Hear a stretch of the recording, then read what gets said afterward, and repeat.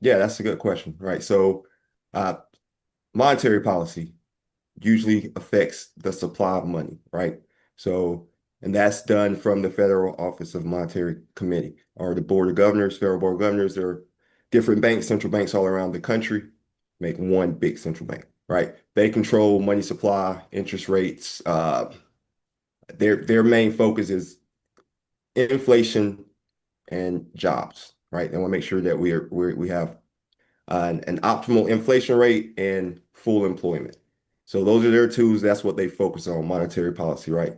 Fiscal policy on the other side is more from the uh, Congress, the executive branch, the legislative side of it. This Treasury Secretary Bassett, people of those means. So think about the big beautiful bill. That was fiscal policy. So it goes in involving tax cuts or how we will go about um, not interest rates, but like tax cuts or extended tax cuts, deductions, things of that sort. That's more going to be towards your fiscal policy. How we're paying the debt is also fiscal policy, right?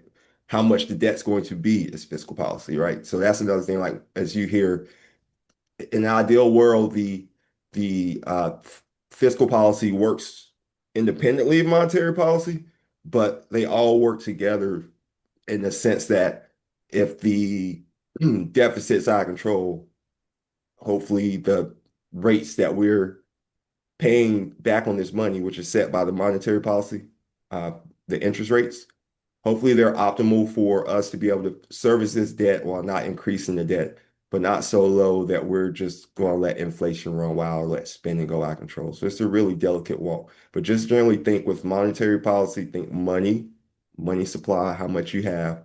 Fiscal policy, think federal, think legislative, think policy, or think legislation. Does that answer your question?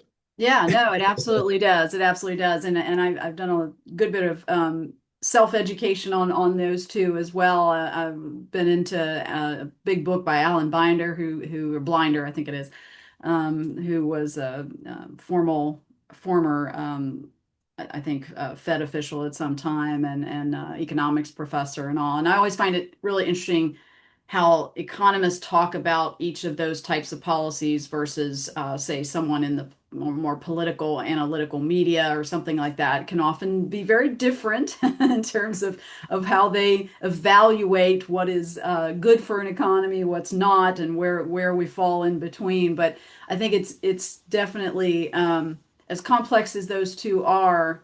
I think it's important for people to understand, and I know I want to continue to understand it better, that they do impact each other, and the decision's kind of a very much a action reaction kind of situation, right? Right. I mean, think about with the fiscal policy, they in the original Tax Cut Job Act of 2017, they lowered the corporate tax rate, right?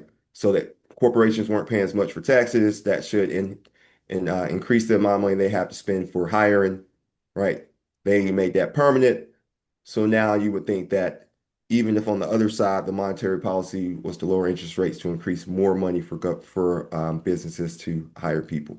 So that's how they could also work together. Even if the interest rates were to go up, you would go up a little bit, which takes time for that to flow through to businesses. You would still have the lower corporate tax rate. You see these lower deductions and tax rates on the fiscal policy that should stimulate small businesses to spend.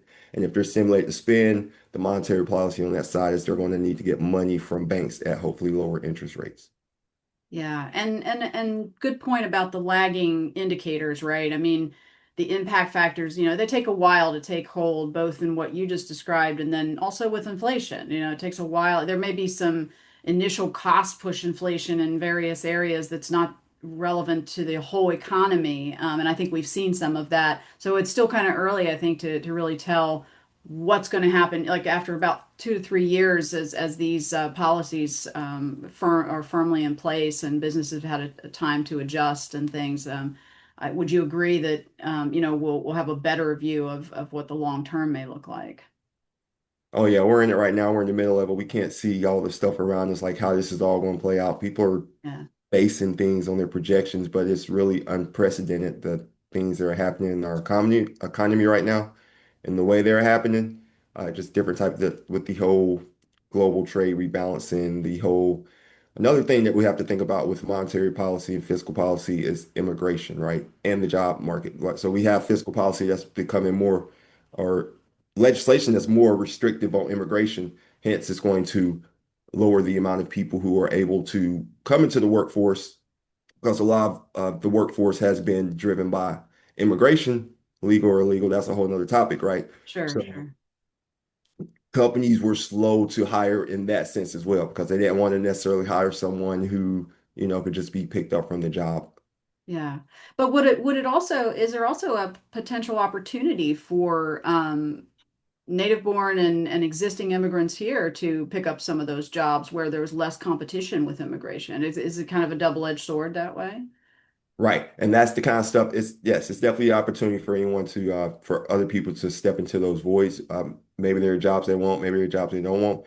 Uh, I don't know. It depends on the visa, depends on the job. I think it's going to have more of an impact perhaps with your higher paid jobs like the H-1B types where you're looking at STEM jobs because I know there's been fierce competition between the H-1B immigrant that's newly arrived or sponsored by their employer versus the native born American or green card holder, for example, permanent immigrant here legally in the United States that is maybe graduating from our colleges and universities, especially in STEM jobs. I know it's really affected them, and it'd be interesting to see if maybe there's a balancing act that happens there. But policy certainly is reshaping that, so it'll be interesting to see how that lands. Again,